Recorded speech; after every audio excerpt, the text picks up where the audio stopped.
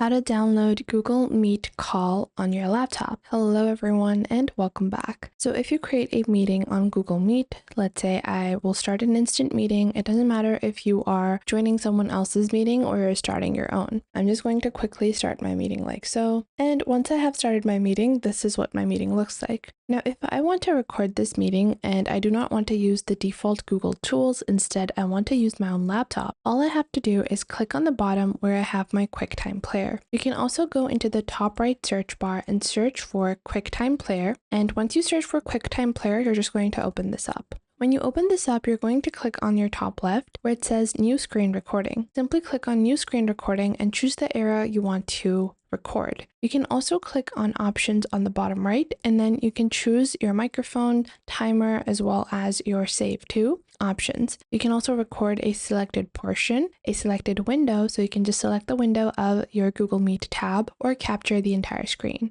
Click on record, and just like that, your recording will be done. Once completed, you can proceed with closing your QuickTime Player recording. So you can just click back on your top right and you can proceed with closing out your recording just like so. So I hope you guys found this video helpful, and if you did, make sure to leave a like and subscribe.